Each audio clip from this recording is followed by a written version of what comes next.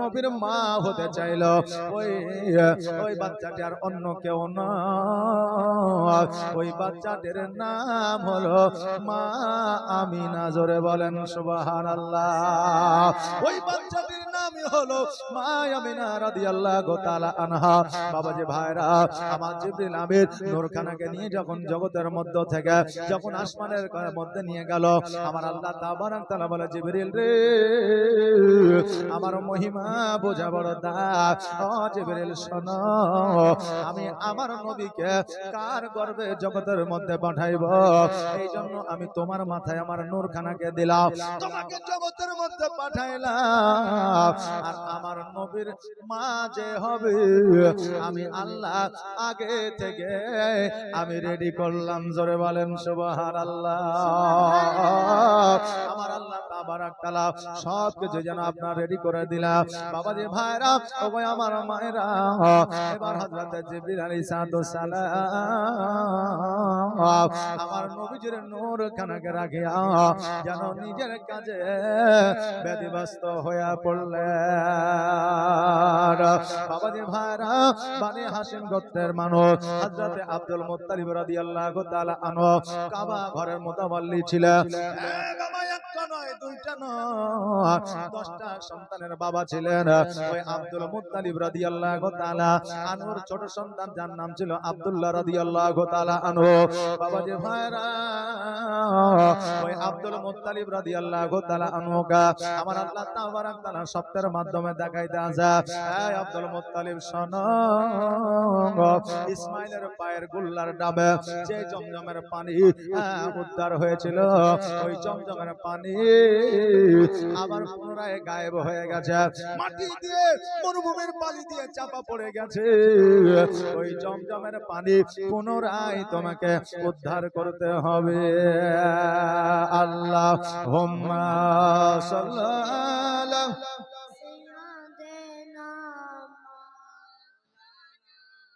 মুহাম্মাদ ওয়া আলা আলি মাওলানা মুহাম্মাদ। ও বাবাজি, আমার ভাইরা, এবার বেরাদা হযরত আব্দুল মুত্তালিব রাদিয়াল্লাহু তাআলা আনহু বাবা শব্দের মাধ্যমে যখন দেখলেন, শব্দের মাধ্যমে দেখার পরে এবার যে জায়গায় জমজমের পানি ছিল, ওই জায়গায় যাওয়ার পরে দেখছে যেন ওই জায়গায় একটা মন্দির তৈরি হয়ে গেছে। মূর্তি পূজারীরা মূর্তি রেখে দিয়েছে, পাথর রেখে দিয়েছে ওই জায়গা। এবার বাবা কেমন করে জমজম উদ্ধার করবে? এবার আব্দুল মুত্তালিব যখন ওই জায়গায় জমজম উদ্ধার করতে গেল, এবার বাধা পড়ে গেল। এবার আব্দুল মুত্তালিব রাদিয়াল্লাহু তাআলা আনহু চিন্তা করে, আজকে আমার লাঠি না, আজকে আমার বল না, আজকে আমার ক্ষমতা নাই বলে আজকে তোমরা রদ করে দিলে, কিন্তু আমি আব্দুল মুত্তালিব একদিন আসবো, এই জমজমের পানি আমি উদ্ধার করব।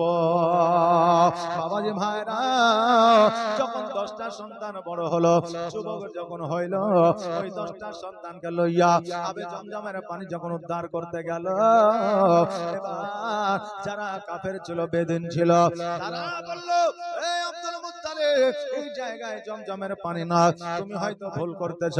আব্দুল মুত্তালিব বলে, না না, আমি শব্দের মাধ্যমে দেখেছি এই জায়গায় জমজমের পানি আছে, আজকে এই জায়গাতে জমজম উদ্ধার করব। এবার বলছে, এই জায়গা থেকে জমজম উদ্ধার হবে না। বলল, যদি এই জায়গায় জমজম উদ্ধার না হয়, আমি আজকে আব্দুল মুত্তালিব কথা দিলাম, আমি তোমার ধর্মে দীক্ষিত হয়ে যাব, আমিও পুনরায় মূর্তি পূজা করতে আরম্ভ করব।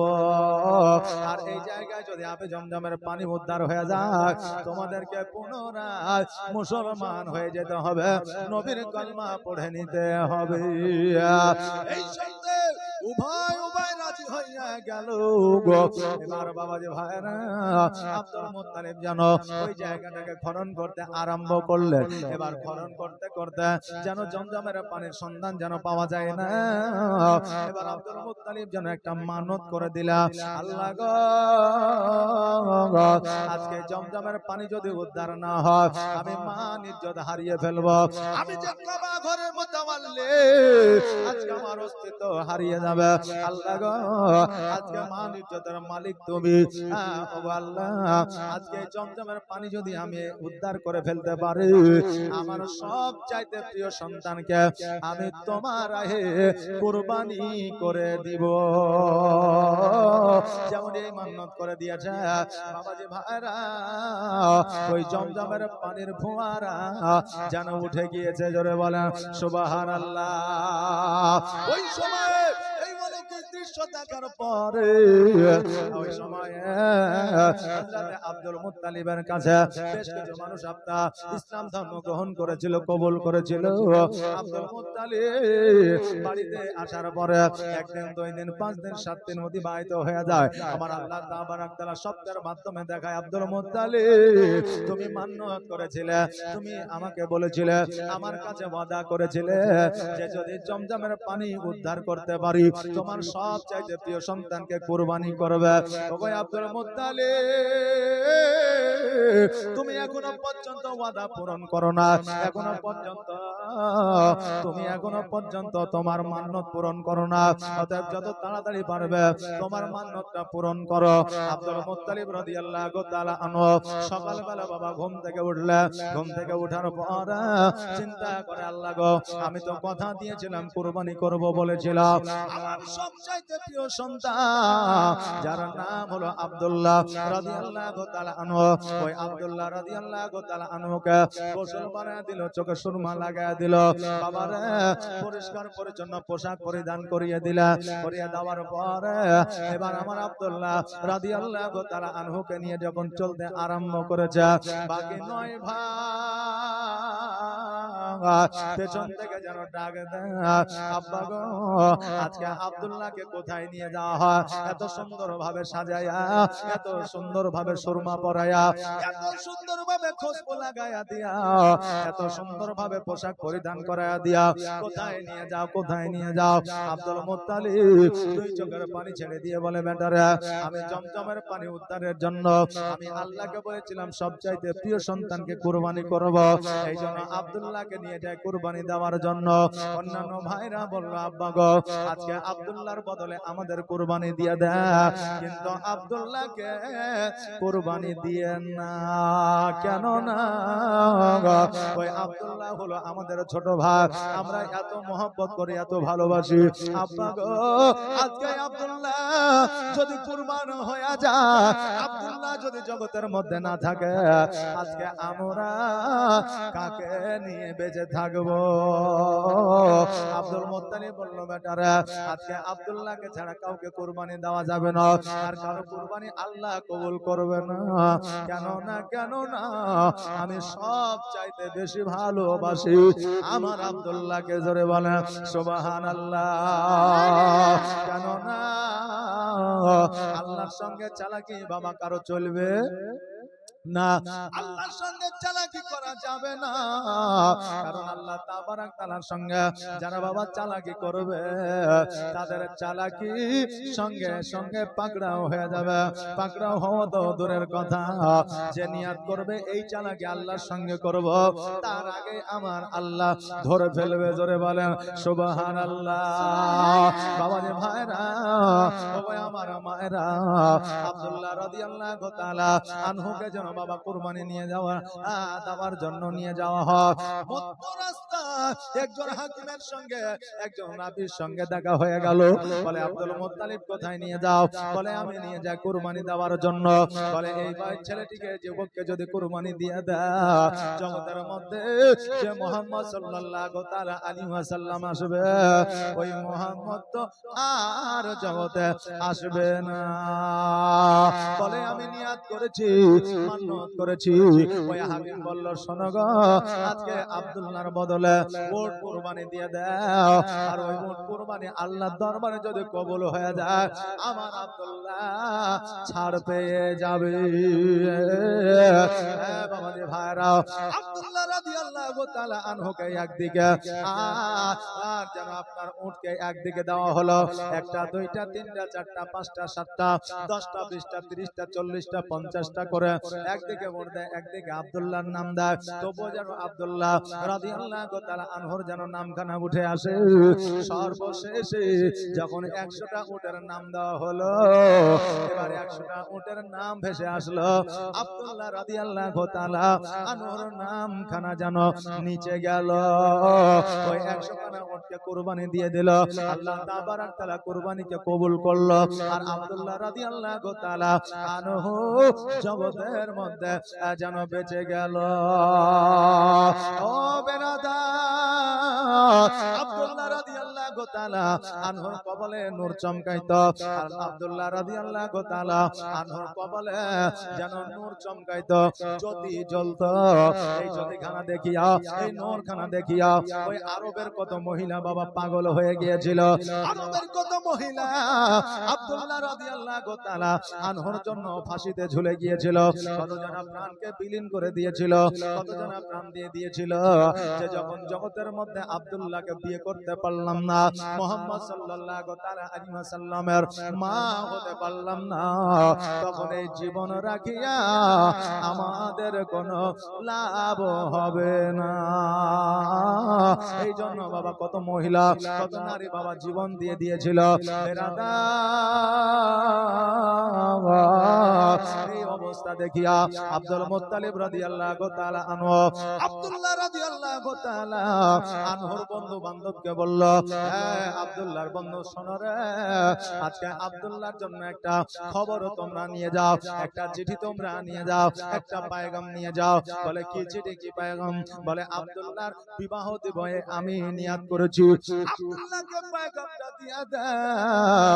আব্দুল্লাহ কি বিবাহ করতে চায়? আব্দুল্লাহ যদি বিয়েতে রাজি হইয়া যায়, আমি আব্দুল মুত্তালিব, আমি আব্দুল্লাহর বিবাহ দিয়ে দিব। বন্ধুরা বড় আনন্দিত হয়ে গেল, কারণ বন্ধুর বিয়ে হলে বন্ধু খুশি হয়, হয় না?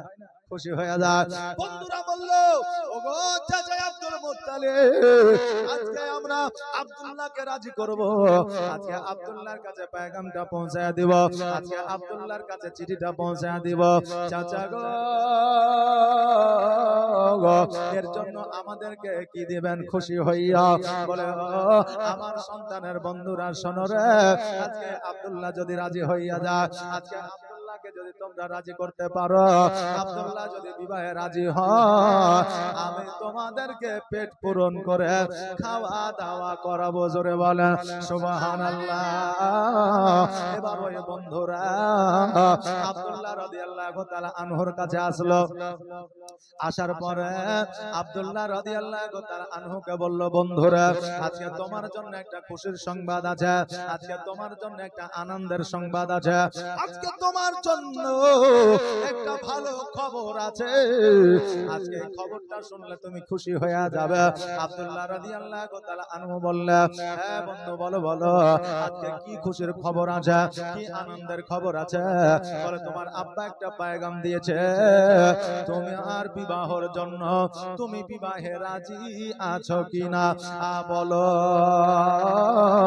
আব্দুল্লাহ রাদিয়াল্লাহু তাআলা আনহু মুচকি হাসি দিয়ে বলল, এই আমার বন্ধুরা, আমি জগতের মধ্যে কি বিবাহ করব?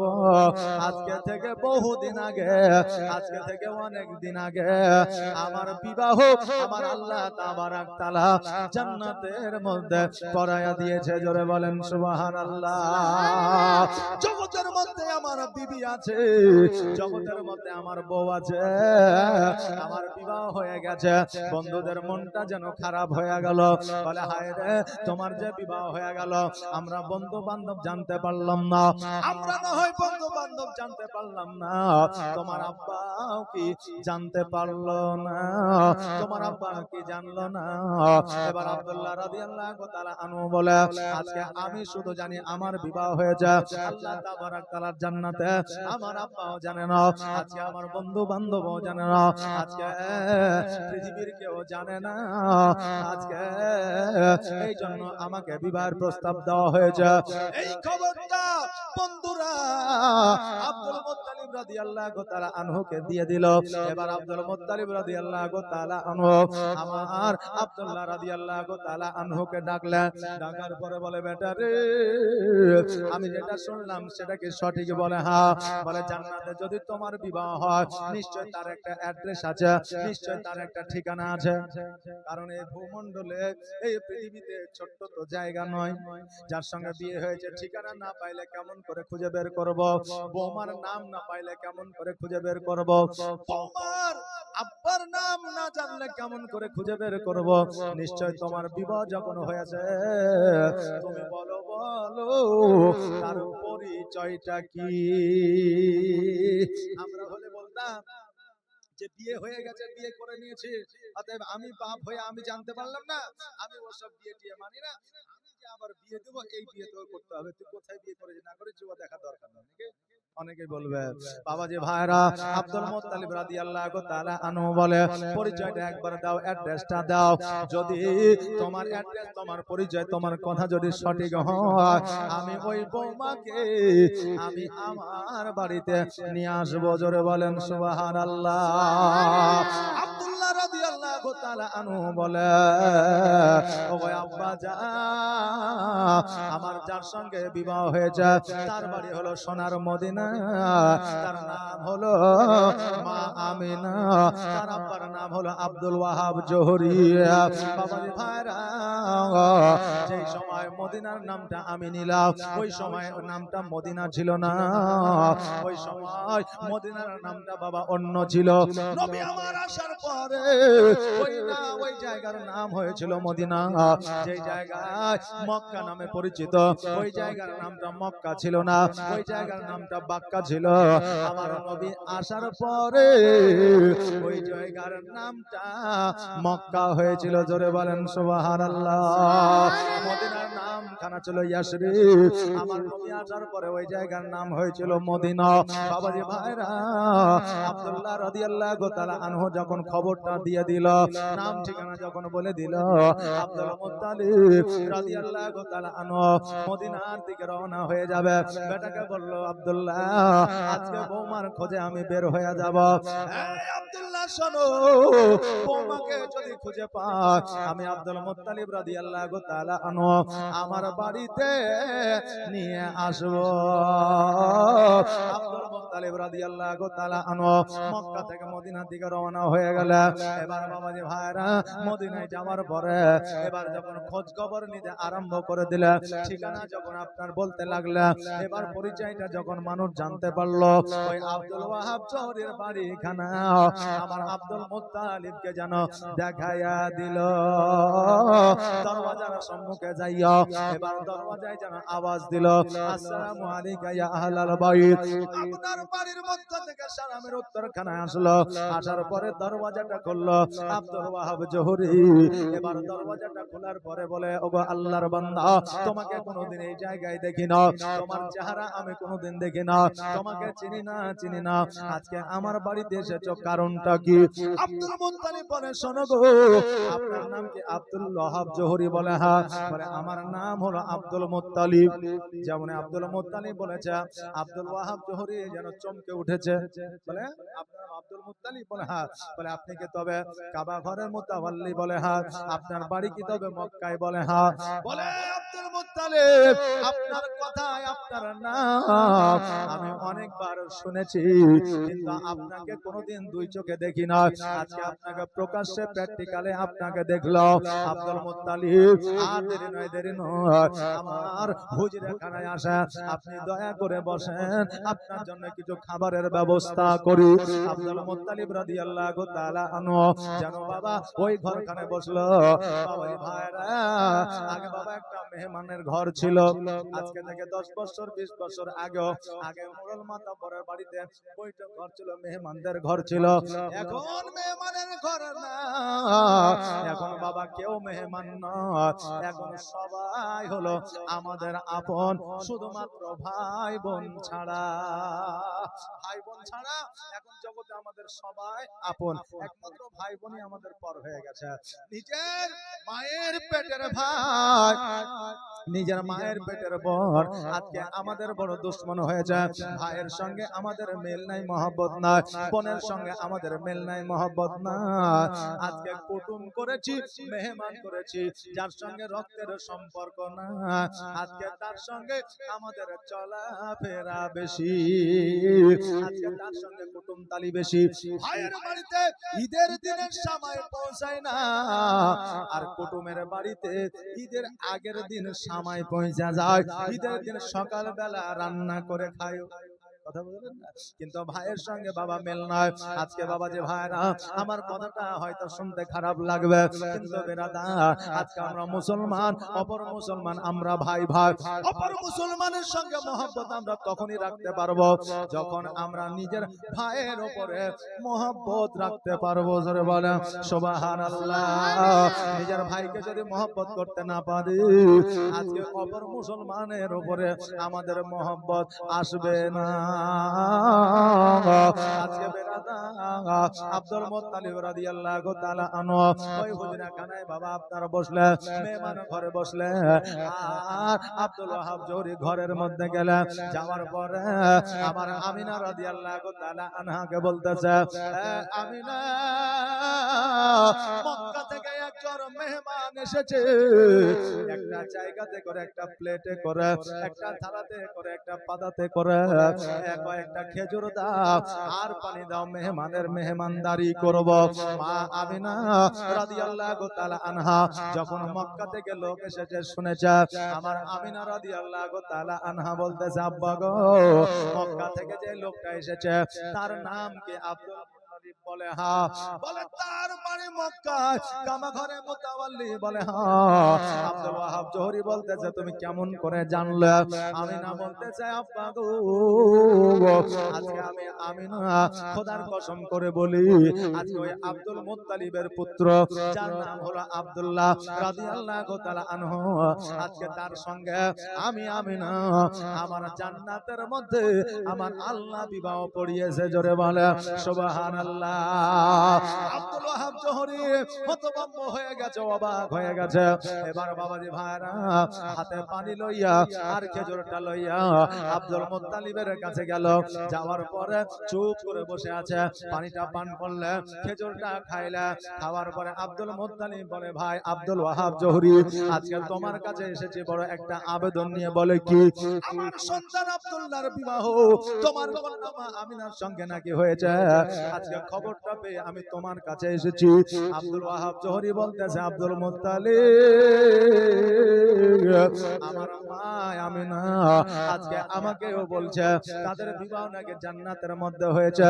যখন আপনার কথাও সঠিক, আমার কথাও যখন সঠিক, জান্নাতের মধ্যে এদের বিবাহ হয়েছে, এটাও সঠিক। জোরে বলেন সুবহানাল্লাহ।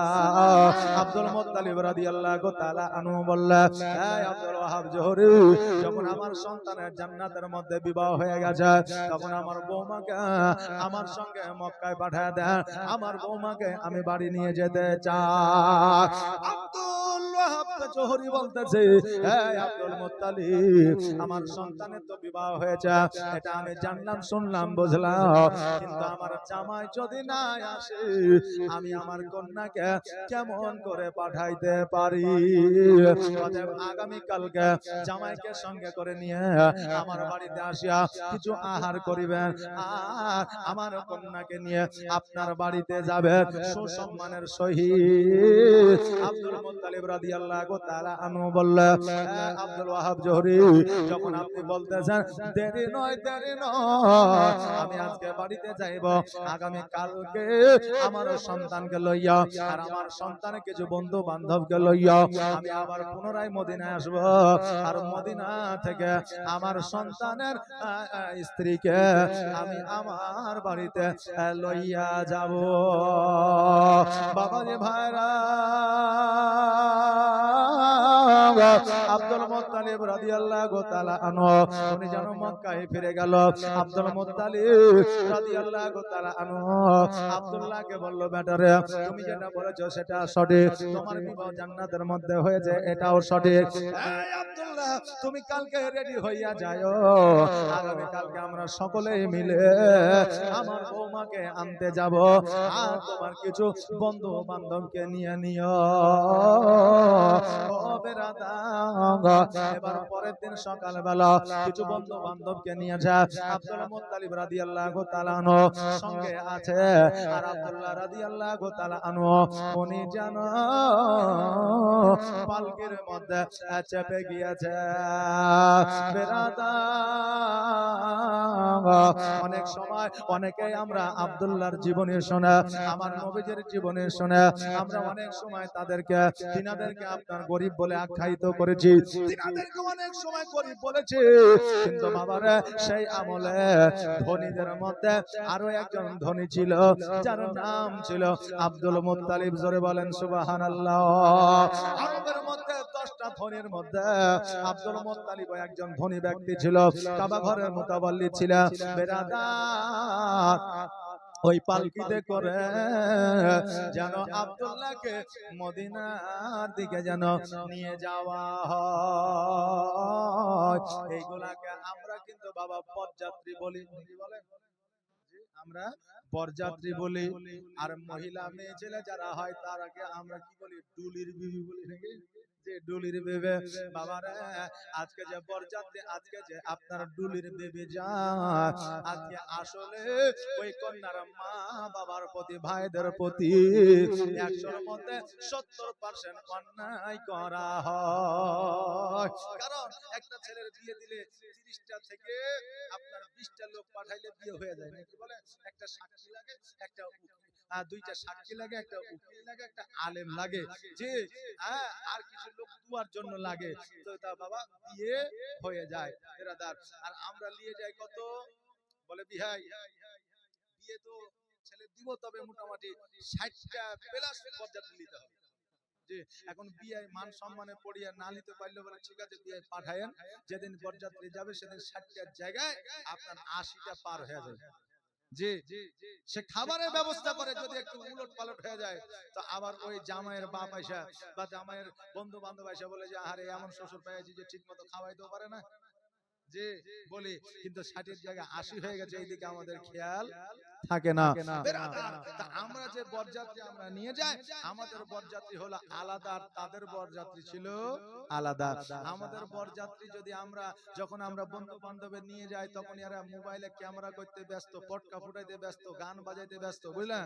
আর পাড়াতে শুধু এই পার আর ওই পার আপনার টহল মারাতে ব্যস্ত, আর পকেটে শুধু গোটার গোটা সিগারেটের প্যাকেট আর টান মারতে ব্যস্ত। কথা বলেন না? যখন বিয়ে হয়, দুয়া যখন হয়, তখন মোস্টে দেখবেন যে 12 থেকে 15টা লোক থাকে।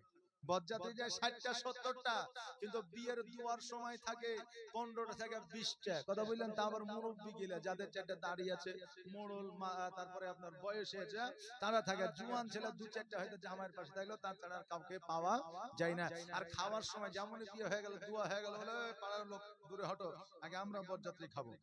কথা বলছেন না? বেরাদার, শুনতে খারাপ লাগলে এটাই বাস্তব। বাবাজি ভাইরা, তখনকার বরযাত্রী ছিল আলাদা, বর্তমানে বরযাত্রী হইল আলাদা। এবার বাবাজি ভাইরা, আব্দুল্লাহ রাদিয়াল্লাহু তাআলা আনহুর বন্ধু বান্ধবরা সঙ্গে যাও। এবার মক্কা থেকে বাবা মদিনা রাস্তা খুব একটা কাছে ছিল না, দূরত্ব রাস্তা ছিল। এইদিকে আল্লাহর ফেরেশতা জিবরাইল আলাইহিস সালাম বলে, আল্লাহ নূরখানা আমি নিয়ে গেলাম, আমার কাছ থেকে মা আমিনা নূরখানা পাইলো, আজকে তাদের বিবাহ। আল্লাহ গো, আমাকে একবার অনুমতি দাও, একবার আদেশ দাও, আমি আব্দুল্লাহর বিবাহের বরযাত্রী যেতে চাই। জোরে বলেন সুবহানাল্লাহ। আল্লাহ বলে, জিবরিল রে, আমি আল্লাহ, আমি আগে বলেছি আমার মহিমা বোঝা বড় দাও, যাও যাও, আজকে যখন তুমি বরযাত্রী যেতে চাও, আমি আল্লাহ পারমিশন দিয়ে দিলাম, অর্ডার দিয়ে দিলাম, আদেশ দিয়ে দিলাম, তুমি আব্দুল্লাহর বরযাত্রী বরযাত্রী হয়ে যাও। মানব রূপে জগতের মধ্যে আসিয়া বরযাত্রী হইলেন। এবার মিকাইল আলাইহিস সালাম আল্লাহকে বলে, আল্লাহ গো আমাকে কি পাঠাইবেন না? আমার আল্লাহ বলে তুমিও যাও।